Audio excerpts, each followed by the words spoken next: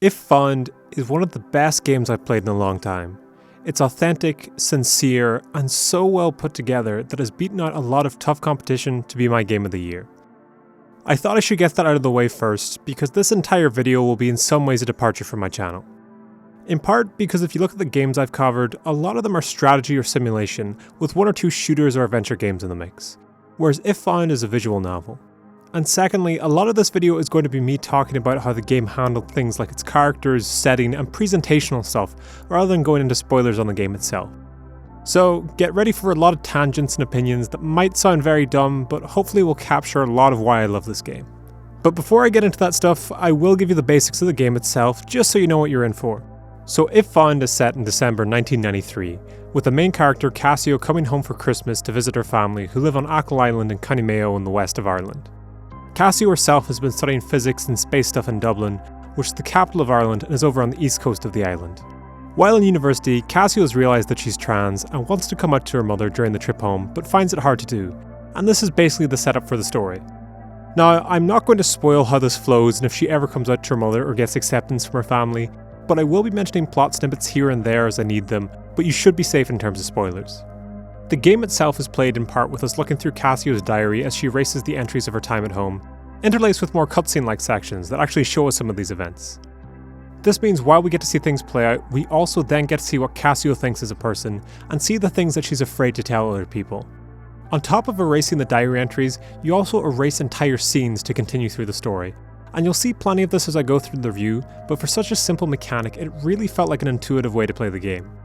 There is another plot woven through the game following an astronaut called Cassiopeia, but well, that part of the story is something that I don't think I can go into at all without spoiling, but I thought I should mention it in case you're wondering why some clips of the game are set in space. Now, since this is a visual novel, it doesn't rely heavily on gameplay, instead being all about the trinity of visual, music, and writing. So let me give you a rundown on how the game handles those sections. Starting with the music, the soundtrack on this game is excellent. I've played a lot of indie games that kind of abandon their soundtracks, so I don't tend to expect much from these kind of games. And even if you're watching my regular reviews, I don't tend to talk at length about game soundtracks, but the music here is just top tier. Firstly, it's got a really nice blend of genres and themes. You have ambient tracks for reading heavy sections, as well as really catchy up-tempo tracks when the game wants to go for more cutscene-like segments.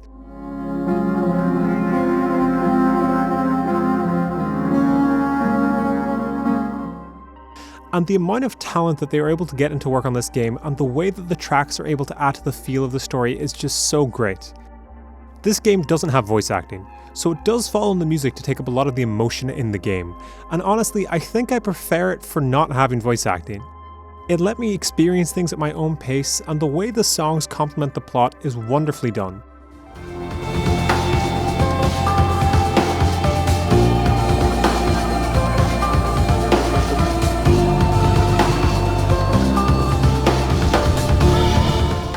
I could honestly talk about the music for ages, and one day I might make a video about music in games, but for now I should talk about the visuals because the music isn't the only high quality part of this game. Before I played this game, I wasn't sure what I thought of the art style just from the few screenshots I'd seen. I liked how it looked, but I wasn't sure if I'd enjoy playing a full game in that style. But from the first minute of playing, I could see that it was a flawless choice. The art style is soft, simple, yet has tons of little details, and depending on the scene, the devs are able to scale up or down the amount of details in a way that doesn't compromise on the quality of the art itself. And a detail that blew me away is that all the illustrations in this game were hand-drawn and scanned into the game engine. And this just adds to the idea that you're reading through someone's diary as you play the game. And I don't think that a visual novel has to be pretty to work, but the art style here and the amount of cool effects that they have really added to the game for me. This is a game running in Unity, but I don't think I've ever seen a Unity game do a lot of the effects that this game has pulled off.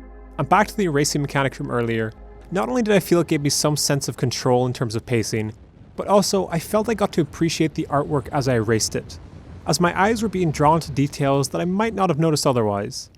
If you aren't a huge fan of it, you can change the eraser size in the settings to make it quicker to move through, but for me anyway, a lot of the joy came from just admiring the artwork in this game, which isn't something that I always do. Finally, we get to the hardest part to talk about, and that's the story. This is where the tangents and rambling are going to kick in, but I've now spent weeks thinking about this stuff, so there was no way I wasn't going to include it. Basically, the Venn diagrams of games made in Ireland and games set in Ireland is already pretty empty, and the overlap of those two categories is tiny. So this is actually the first game I've ever played set and made in Ireland. So going into this, I wanted to like it, but I was worried about how authentic it would try to be to its setting. Basically, I feel that in media, we're used to having to learn to understand cultural references, but only for certain countries. Like, I know far too much about American culture just from trying to understand jokes in The Simpsons, and I'm sure for anyone that watches anime that you know way more about Japanese cultural norms and high school structure than you do for most other countries. Equally, if you're an American, you probably know a weird amount about the British monarchy and politics of Britain from watching shows like The Crown. In comparison though, I feel that some countries' media is afraid to be authentic if they're talking to an international audience. Like, in Ireland, our police force is called An Garda Síochána, or Gardaí/Guards for short.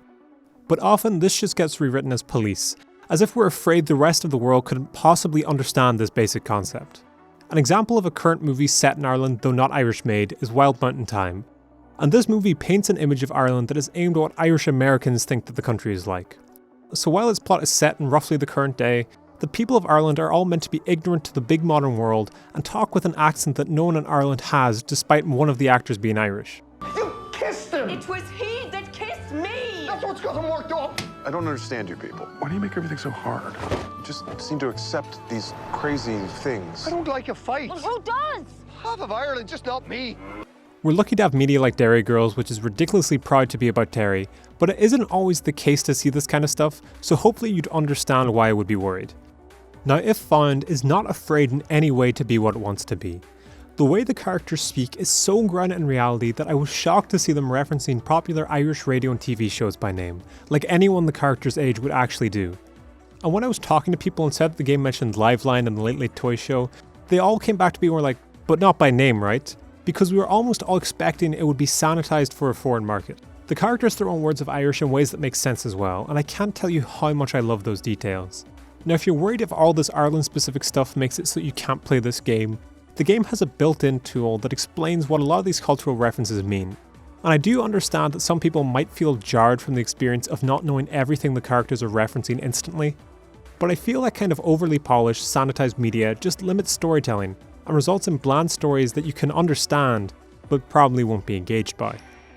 Also, from the amount of love that this game has gotten from international media and non-English speaking countries, makes me feel pretty confident in saying that this holds up even without close knowledge of the references. This whole point was something I didn't expect to make in this video, but basically, while I was waiting for the game to download, I was reading the Steam reviews, and naturally I ignored all the positive ones to focus in on the few negative ones. And while the game doesn't have many negative reviews on Steam, multiple of them seem to reference a cultural barrier, or how the characters were speaking gibberish when they were just speaking in the way that any Irish person would. And as I played this game, I just couldn't understand how they could feel that way unless they just simply couldn't accept that the game was set in a culture that they didn't immediately understand. And a lot of the reason why I enjoyed the plot of this game so much is because I felt the characters were so well written, because they have central journeys that they're on that could be in any time or place, but they're grounded and natural within the settings of 90s rural Ireland.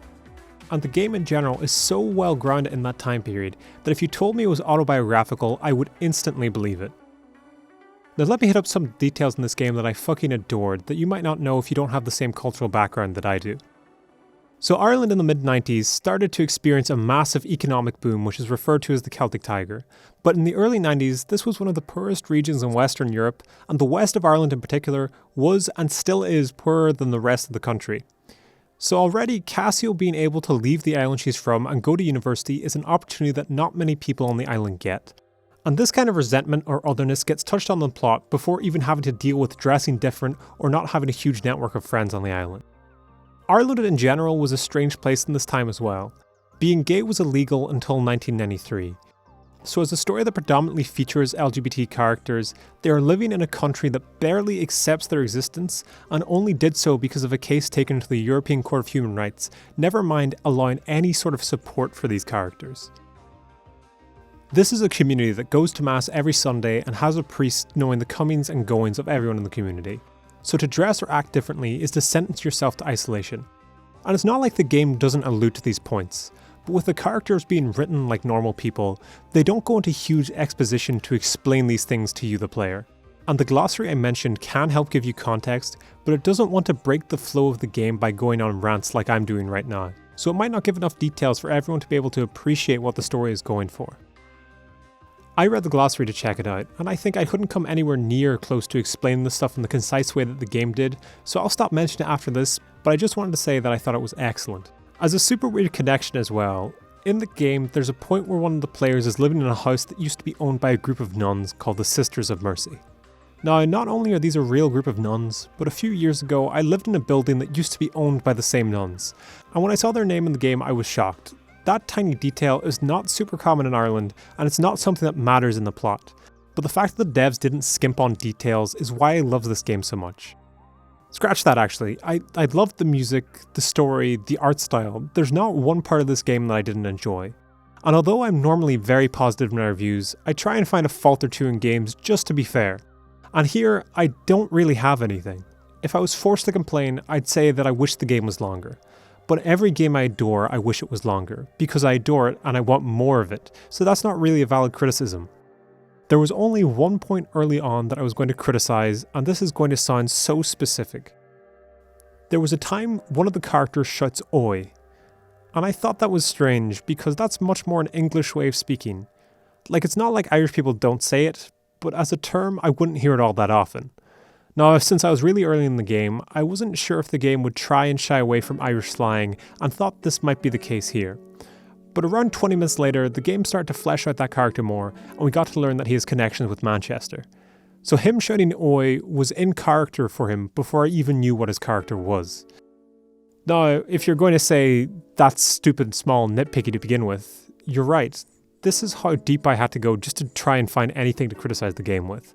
And even then, I turned it around into a positive on the writing. I would try and talk about this game for hours if I got an excuse. I've spoken in a few videos about the need to support indie teams with money by buying their stuff, and I think I would take it as a personal favour if you bought this game. It's on PC, Switch and mobile. These are incredibly talented people who spent years working on this game, and I hope that they get every opportunity to keep telling the stories that they want to tell without having to compromise or give up. This game costs €10 and it took me around 2 hours to beat, though there are extras and I can see me coming back to it again easily. I understand that this makes this game somewhat expensive for its length, but I think the amount of hours you'll spend thinking about it afterwards, never mind the experience itself, makes it well worth it. Thanks so much for watching this video. Have a Merry Christmas, and I hopefully have another video out just around time for the new year. But until then, thanks so much for watching. Leave comments on games I should play in future. Let me know what you think of this game. Hopefully you can get around to playing it. And check out my Twitter if you want to know what I'm working on at any given time. And ask me any questions. Do anything really. I think you're all wonderful. And I'll see you soon.